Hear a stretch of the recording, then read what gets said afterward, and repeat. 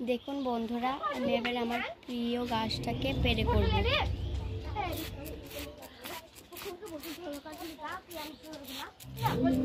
যেন ফুল না পড়ে যায়, পোকা না লাগে, তার জন্য।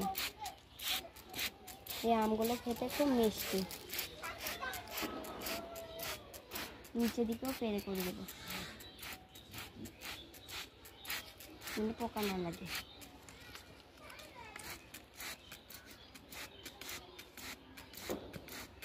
আমগুলো ইন্ডিয়ার আম, 1 নম্বরের আম। এই গাছটা 1 নম্বরের আমের গাছ। তা বাজারে দাদুতে আমাদের কিনে নিয়েছে।